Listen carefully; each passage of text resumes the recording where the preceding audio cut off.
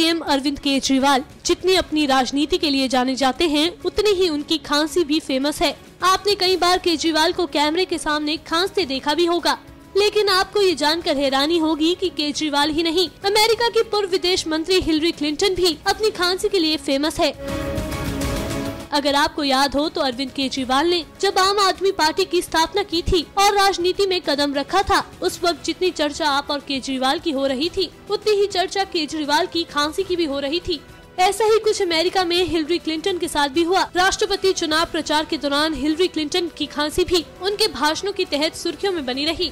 Hillary इन दिनों एक बार फिर इस समस्या से दो चार हो रही है। गौरतलब है कि बेंगलुरु में इलाज के बाद केजरीवाल की खांसी काफी हद तक ठीक हो चुकी है। हालांकि हिलरी अभी इससे दो चार हो रही है। एनएमएफ न्यूज की रिपोर्ट।